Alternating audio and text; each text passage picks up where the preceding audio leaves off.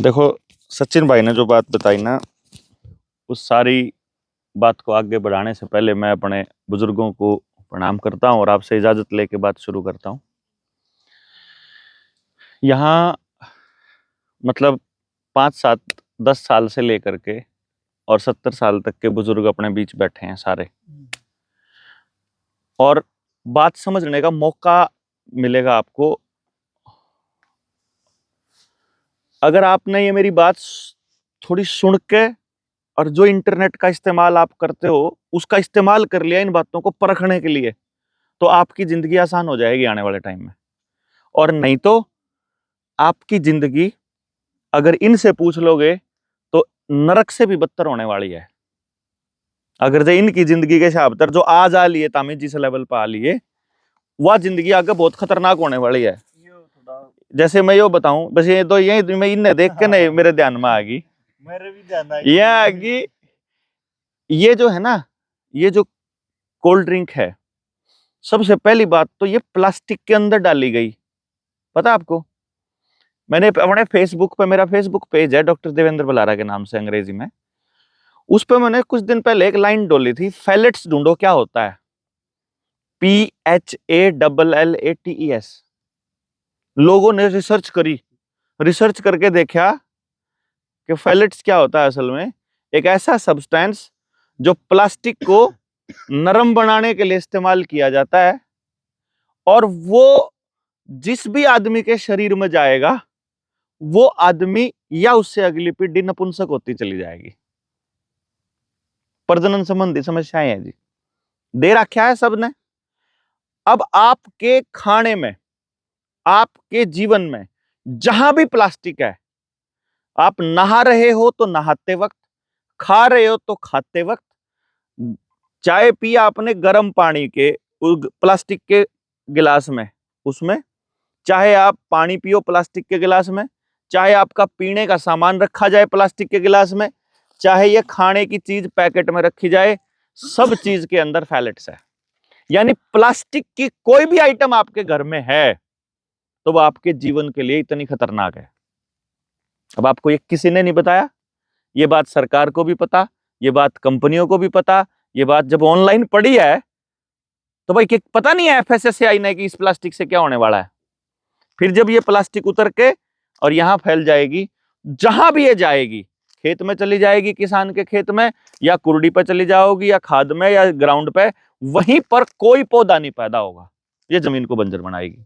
ये हुआ जी, कदे भी गड़ेगी नहीं। या नॉन बायोडिग्रेडेबल प्लास्टिक है ये जो जितना भी पॉलिथीन है।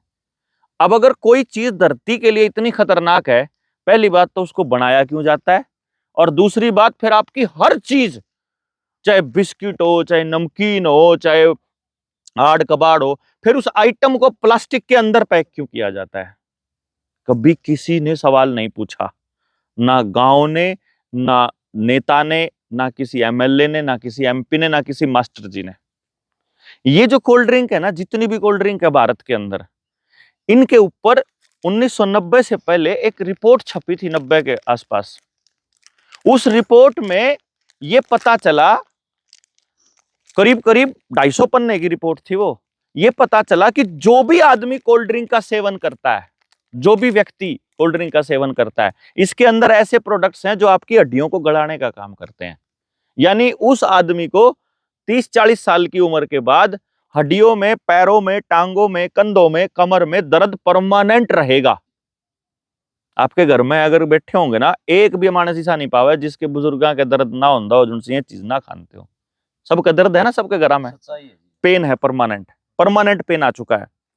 फिर इस पैकेट के अंदर, मैंने तो इस पैकेट का नाम लिया है, घर जाओगे नमकीन का पैकेट ठाकी देखियो, कोई भी पैकेट ठाके, चिप्स का पैकेट ठाकी देख लियो, चाहे क्या का पैकेट ठाकी देख लियो, उस पैकेट के अंदर यहां इंग्रेडिएंट लिखे होते हैं कि इस खाने की आइटम में क्या क्या है, इस खाने की आइटम में क्या क्या है।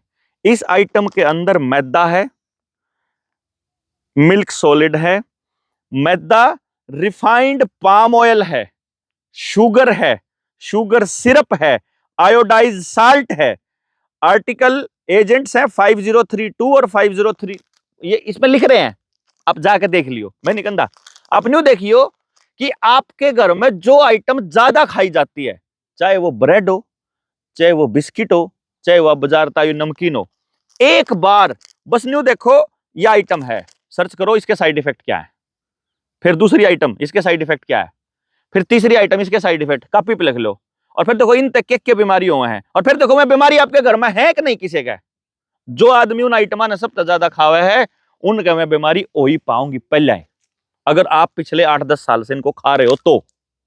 अब यह बात मन ने भी बेरा, इंटरनेट पर डालने वाले को भी पता, इस बिस्किट के अंदर डालने वाले को भी पता, इसको पैक करने वाले को भी पता, इसको मोर ला के इसने न्यू कहने के लिए भी पता कि बेचो, और इस पर टैक्स लेने वाले को भी पता। सिर्फ पता किसने नहीं, खाने वाले ने नहीं पता। बस इसके अंदर जो रिफाइंड ऑयल है कोलेस्ट्रॉल बढ़ाता है, बैड वाला कोलेस्ट्रॉल। जो घी है वो गुड वाला कोलेस्ट्रॉल बढ़ाता है, वो अच्छे वाला कोलेस्ट्रॉल बढ़ाता है। लेकिन आरामी डॉक्टर ने कहा यार घी खाना छोड़ दो, मीट खाना शुरू कर दो। जो है मतलब इवन यहां तक के मन नहीं पता, मन न्यू पता है कि अगर आपके गांव के लिए सेवा कर रहे हैं तो ऐसा आदमी जो कोच साहब जिसे हैं वो आपको कभी नहीं कहेंगे कि घी छोड़ दो और वह चीज खा लो। अगर कम है तो मतलब उन्हें पता नहीं फिलहाल कि भाई उस तक एक है। इसके अंदर एक आइटम है पाम ऑयल, और जो घर में नमकीन आती है उसमें आता है कॉटन सीड ऑयल। एक बार कॉटन सीड ऑयल के सर्च करियो। 2020 में ब्राजील की सरकार ने रिपोर्ट जारी करी थी कि हमने 15 साल रिसर्च करके देख ली, जिस डांगर ने कॉटन सीड ऑयल है, कॉटन सीड ऑयल का पता है बड़को बेरा नहीं, बिनोले का तेल है। बिनोला कहां से निकला? वो सरसों से। सरसों अगर देसी है तो देसी बिनोला, और बिनोले का तेल भी देसी हो जाएगा, मतलब सरसों का तेल भी देसी हो गया। और जो बिनोले का तेल है फिर वह अलग आ गई, खड़ बिनोला कपास, ठीक है कपास का सॉरी। अब कपास भी और सरसों भी दोनों की दोनों आइटम भारत के अंदर जीएम है। जीएम किस किस को पता है? नहीं पता ना?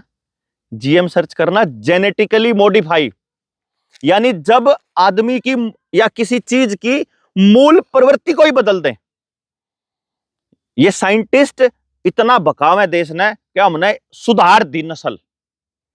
जैसे एक गाय है, एक भैंस है, एक सूअर है, वो तो उन्होंने क्या किया, गाय और सूअर का जीन मिला के एक गाय बना दी जिसका नाम है अमेरिकन कम है। और वह न्यू कहा बोला इसका बढ़िया दूध दे है, वह असल में सूर है। वो तो सूर का दूध न्यू कह के बेचा कि वो गाय का दूध है। उसके अंदर रिसर्च करी, पता चला इससे कैंसर होता है, तो प्रचार किया कि देसी गाय के गीत है या दूध तो है, और अपन वो राखनी छोड़ दी गामा में। जो औषधीय प्रॉपर्टी वाली चीज है वह तो छोड़ दी, और जो बीमारी थी वह ले आए।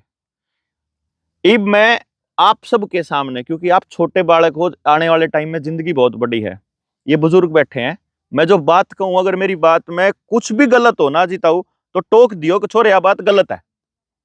समझ गए नहीं बात? ये तो आपके गांव के हैं बुजुर्ग, ये बताएंगे कि मैं बात गलत कह रहा हूं ठीक कह रहा हूं।